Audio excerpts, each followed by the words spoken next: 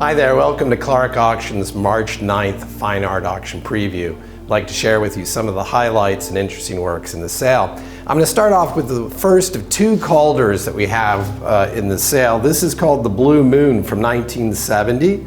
It's a signed and numbered lithograph. It's number 54, and it's lot 56 in the sale, and we've got an estimate to 1,000 to 1,500. Moving along, here we've got one of the highlights, which I really think is a fabulous work by David Berlik, the Ukrainian artist. It's called The Traveler's Stop, and it's lot 59 in the sale, and it's just what you want in a Berlik, which is just loads of paint and texture, just a really wonderful example by the artist, and we've got an estimate of 6,000 to 9,000. I'd like to share with you the first of several works that we have by the Jacobys, Rudolf and Anat. They were Germans that were pacifists and had to come to New York because of their beliefs. This is a still life by Rudolf, lot 27 in the sale, estimated at 1,000 to 1,500. Really a charming picture.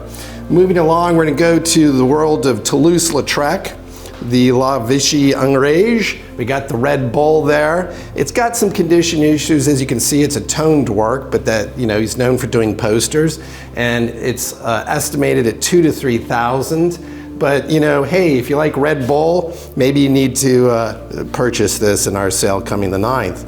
Below that, we have lot 32, which is an interesting work by Francis de Erdely. He's a Hungarian artist. Again, more people coming to America.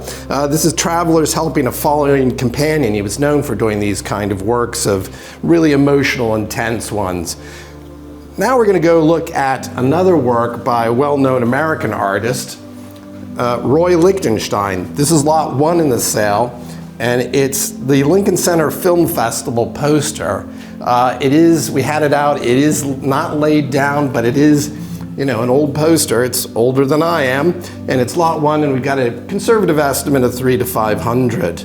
Now we're going to move on to one of the really interesting and dynamic paintings that we have in the sale. It's lot 25, and you can really zoom in on this, Steve, because it's a textural painting. It's masterful work, and it looks like the work of the Caribbean British artist Winston Branch. Now, it isn't signed, so it's up to speculation, but it's a really fabulous 1980s. It's got, you know, it's just dynamic painting, and we'll see what happens with that. Moving along, we're just going to look at the paintings we have by Columbus Knox. Columbus Knox is a Philadelphia artist, died in 1999, and he's a wonderful African-American artist. This is a little bit different for him because he is known to do genre scenes of African-Americans, and so this is some boat houses along the river, probably one of them in Philadelphia. Moving over from that, we're going to a pair of follower of George Armfield. If you like dogs, and terriers are here, they're in the barn, possibly chasing some animals, and it's just nice to have a pair of those wonderful works.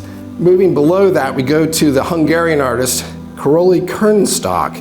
This is a farm scene with haystacks, probably circa 1916. It's an oil on panel, and it's estimated 2,000 to 3,000. Now we go and look at Anat, Rudolf Jacoby's wife. This is, again, we've got several works in a dynamic diversity, so look at our website. They even went to Puerto Rico. So this is actually in Sorrento. I think it's dated in the 1930s, maybe 32. This is estimated at 1,000 to 15. Now we're going to go to the contemporary world of Tony Burlat. This is lot 36. He's known for doing his collage and found objects. This one was done in 1962, and this is Love Domestic, and it's estimated at 2,000 to 3,000. We're going to go next to another, he's now deceased, but a more contemporary American artist, James Lachey. This is called Head with Hand and Gray Hair, done in 1989.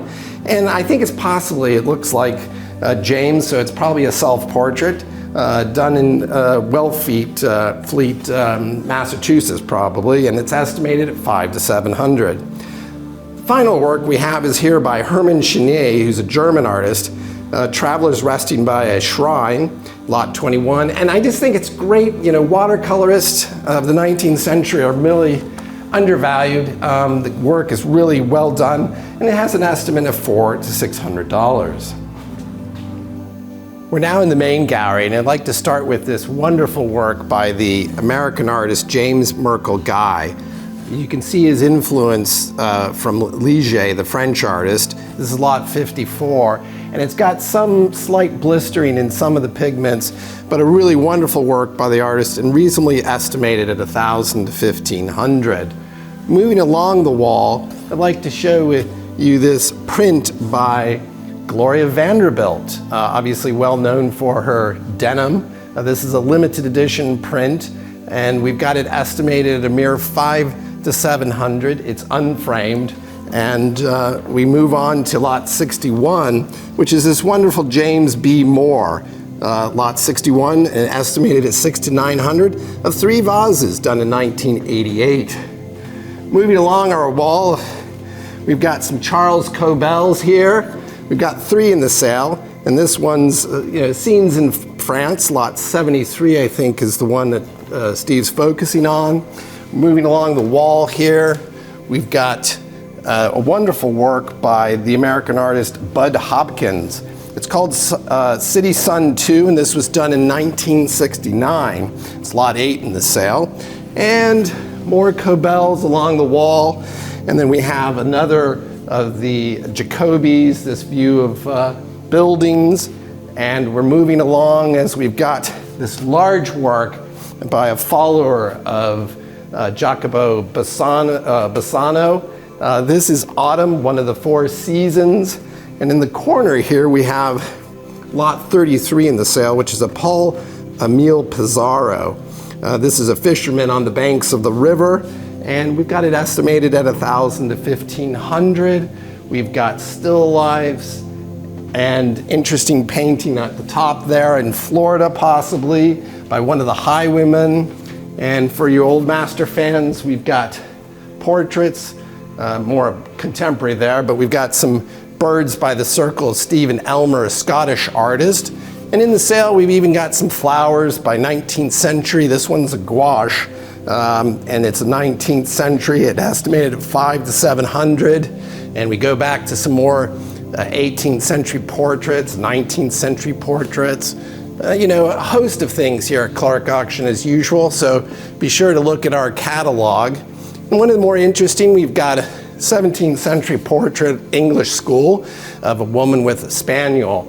Another highlights we've got is a really interesting painting, possibly a circle of Orlando hand bears of a portrait of a boy with a dog. That's lot 72. He's a Sag Harbor artist. Here, it's a boat, unknown but British school, of a paddle wheel steamer. And here we have, after Guido Reni, of Apollo in his chariot being led by Aurora. And it's a wonderful depiction of a light, bright, cheery painting. Do look at our catalog for a complete listing and illustrations of a lot of old master drawings in the sale. Also, we have 3 days of a preview starting the Thursday before the sale. And if you have any questions, feel free to contact us or give us a call, and look forward to seeing you at the auction on March 9th. Thank you.